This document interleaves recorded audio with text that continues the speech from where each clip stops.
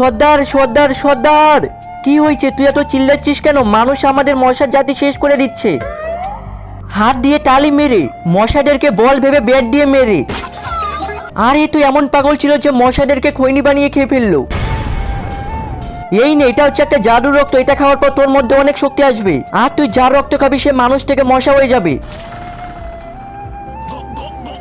ইয়া, এখন কোনো মানুষ জাতি আমার হাত থেকে বাঁচবে না।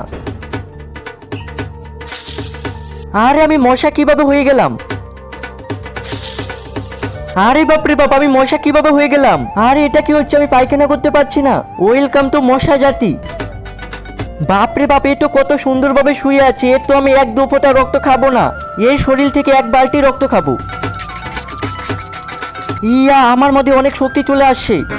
আমলোক, আরে আমি এখানে কিভাবে চলে এলাম? এই মশা, তুই যে মানুষটার এতগুলো রক্ত খেয়েছিলিস সে 5 মিনিট আগে বিষ খেয়ে মারা গেছিল।